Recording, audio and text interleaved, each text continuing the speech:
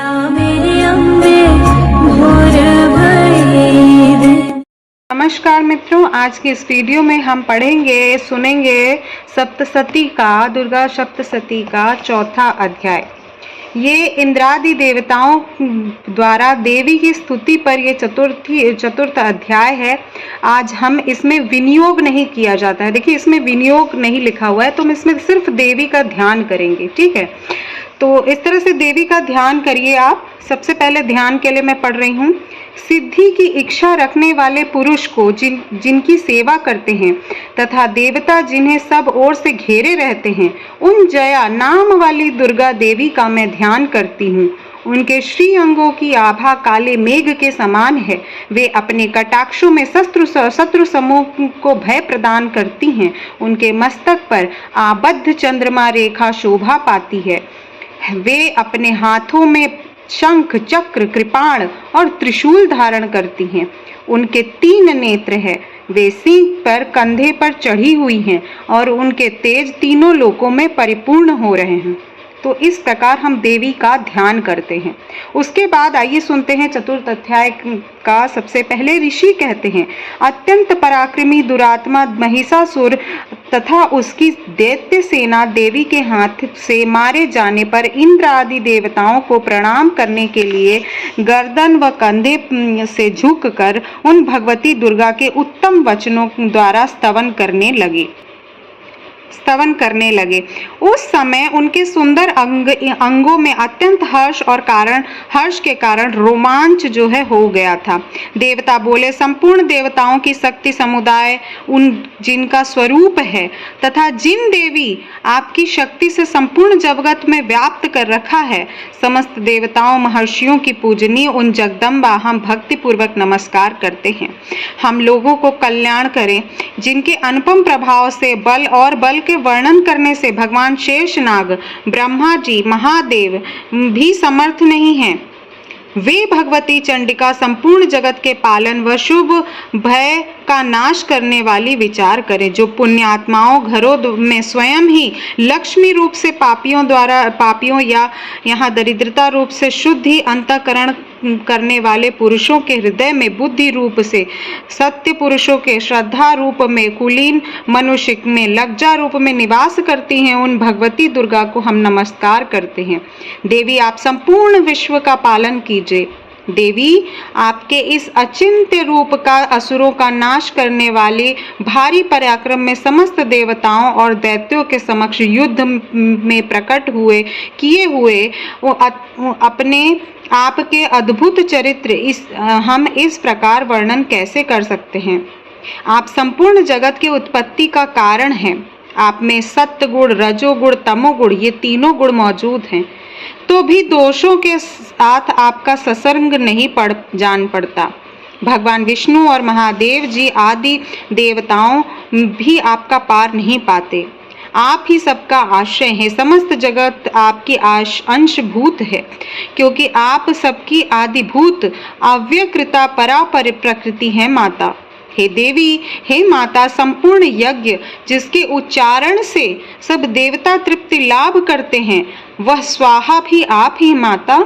आपके अतिरिक्त इसके अतिरिक्त आप पितरों की भी तृप्तिका है माता, और उनकी तृप्तिका का कारण भी है माँ। अतएव हम सब लोग आपको स्वधा भी कहते हैं। देवी जी, जो मोक्ष प्राप्ति का साधन है, अचिंत्य महाव्रत स्वरूपा आपके दोषों रहित जितेंद्रिय तत्वों को ही सार वस्तु मानने वाले, मोक्ष के अभिलाषा रखने वाले मुनि जन जिनका अभ्यास करते हैं, वह भगवती परा विद्या आप ही हैं। आप ही शब्द स्वरूपा हैं। अत्यंत निर्मल ऋग्वेद, यजुर्वेद, उद्गीत के मनोहर पदों के पाठ से युक्त सामवेद का आधार भी आप ही हैं। आप देवी त्रयी हैं और भगवती हैं। इस विश्व की उत्पत्ति एवं पालन के लिए आप ही वार्ता यानी कि खेती और आजीविका के रूप में प्रकट हुई हैं। आप ही संपूर्ण जगत की घोर पीड़ा का नाश करने वाली हैं। देवी, जिससे समस्त शस्त्रों सार का ज्ञान हो, मेधा शक्ति भी आप ही है। दुर्गम भव सागर को पार उतारने वाली नौका रूपी दुर्गा देवी भी आप ही है माँ।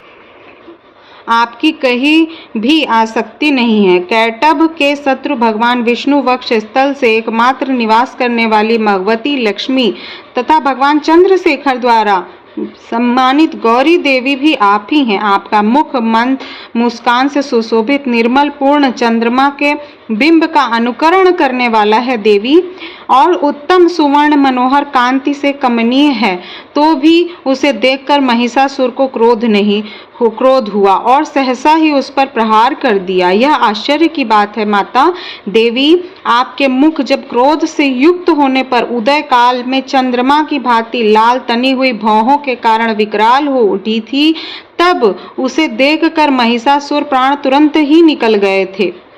वह उससे भी बढ़कर आश्चर्य की बात है, क्योंकि क्रोध से भरे हुए यमराज को देखकर भला कौन जीवित रह सकता है। देवी आप प्रसन्न हो, परमात्मा स्वरूपा आपके प्रसन्न होने पर जगत में अभ्युदय होता है। क्रोध भर जाने पर तत्काल ही कितने कुलों को सर्वनाश कर डालती हैं। आप सभी अनुभव से आई हैं, क्योंकि महिषासुर की यह विशाल सेना क्षण भर में आपके कोप से नष्ट हो गई। सदा अभ्युदय प्रदान करने वाली, जिन पर प्रसन्न रहती हैं, वे ही देशों में सम्मानित होते हैं, उन्हें ही धन यश की प्राप्ति होती, उन्हें धर्म कभी शिथिल नहीं होता। हृष्ट पुष्ट स्त्री पुत्र और भृत्यों से धन्य धान माने जाते हैं। देवी आपकी ही कृपा से पुण्यात्मा पुरुष प्रतिदिन अत्यंत श्रद्धा पूर्वक सदा सब प्रकार के धर्मानुकूल कर्म को करते हैं और उसके प्रभाव से स्वर्ग लोक जाते हैं। इसलिए आप तीनों लोक में निश्चय ही मनवांछित फल देने वाली हैं। हे माते, हे माँ दुर्गे, आपके स्मरण करने से प्राणियों के सभी भय को हर लेती है। माँ स्वस्थ मनुष्य द्वारा चिंतन करने पर उन्हें परम कल्याणकारी बुद्धि प्रदान करती हैं। दुख दरिद्रता भय हरने वाली देवी आपके सिवा कोई और नहीं है, जिसका चित्त सब प्रकार से उपकार करने के लिए और हृदय सदा दया से भरा रहता हो। देवी इन राक्षसों को मारने से संसार को सुख मिले तथा ये राक्षस चीर काल तक नरक में रहने के लिए भले ही पाप करते रहे हों, इस समय संग्राम में मृत्यु को प्राप्त करके स्वर्गलोक में जाए, निश्चय ही सोचकर शत्रुओं का वध करती हो। आप शत्रुओं के शत्रुओं पर शस्त्रों से प्रहार क्यों करती हो? समस्त असुरों को दृष्टिपात मात्र से भस्म क्यों नहीं कर देती? इसमें यह एक रहस्य क्या है? ये शत्रु भी हमारे शस्त्रों के पवित्र होकर उत्तम लोक जाए, इस प्रकार की प्रति भी आपका विचार अत्यंत उत्तम है। खड़ग तेज पुंज दया भयंकर दीप्ति से आपके त्रिशूल अग्रभाग धनीभूत प्रभाव से चौकीदार जो असुरों के आंखें फूट गई हों, उनका कारण यही था। वे मनोहर रश्मियों युक्त चंद्रमा के समान आनंद प्रदान करने वाले आपके इस सुंदर मुख का दर्शन करते हैं। हे देवी, आपके शील दुराचारियों के बुरे बर्ताव को दूर करने वाले हैं माता, और चिंतन में भी आ सकता है, जिसकी कभी दूसरों से तुलना नहीं की जा सकती, तथा आपका बल पराक्रम उन दैत्यों का भी नाश करने वाला है, जो कभी देवताओं के पराक्रम भी नष्ट कर चुके थे। इस प्रकार आपके शत्रुओं पर भी अपनी दया ही प्रकट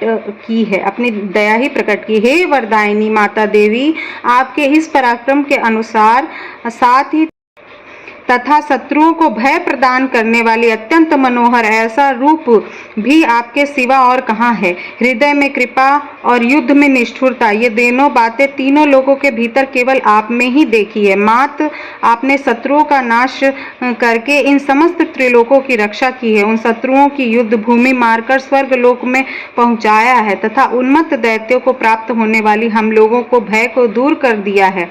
आपको बारंबार प्रणाम है माता देवी। आप ही शूल से हमारी रक्षा करें। हे अंबिका, आप खड्ग से हमारी रक्षा करें तथा घंटा की ध्वनि धनुष की टंकार से भी आप हम लोगों की रक्षा करें। चंडी पूर्व में पश्चिम दक्षिण दिशाओं में हमारी रक्षा करें तथा ईश्वरी अपने त्रिशूल घुमाकर आप उत्तर की दिशा से हमारी रक्षा करें। तीनों लोकों में आप जो परम सुंदरी अत्यंत भयंकर रूप में विचरते हैं, उनके द्वारा आप हमारी इन भूलोक पर रक्षा करें। अंबिके, आपके कल पल्लव शोभा पाने वाले खड्ग शूल गदा आदि जो अस्त्र हों, उन सब पर हम सब स्थानों द्वारा, सबके द्वारा आप हमारी रक्षा करें। ऋषि कहते हैं कि इस प्रकार से देवताओं ने जब जगत की माता माता दुर्गा की स्तुति की और नंदन वन में दिव्य पुष्पों के गंध व चंदन आदि से उनका पूजन किया, फिर सबने मिलजुल कर भक्ति पूर्वक दिव्य धूप सुगंध निवेदन की, तब देवी ने प्रसन्न होकर प्रणाम करते हुए सब देवताओं से कहा, हे देवताओं, तुम लोग सब मुझ पर वस्तुओं की अभिलाषा करते हो, उसे मुझसे मांग सकते हो। भगवती हमारी इच्छा को पूर्ण, देवता बोलते हैं भगवती हमारी इच्छा को पूर्ण आप कर दी हैं, अब और कुछ भी बाकी नहीं, क्योंकि हमारा यह शत्रु महिषासुर मारा गया। इसलिए हे महेश्वरी माता, इतने पर भी यदि आप हमें वर देना चाहती हैं तो जब जब हम आपका स्मरण करें तब तब आप दर्शन देकर हम लोगों को महान संकट से दूर करें माता। और जो मनुष्य स्रोतों द्वारा आपकी स्तुति करे उसे वित्त समृद्धि वैभव देने के साथ ही उसके धन स्त्री संपत्ति को भी बढ़ाने के लिए सदा हम पर प्रसन्न हो।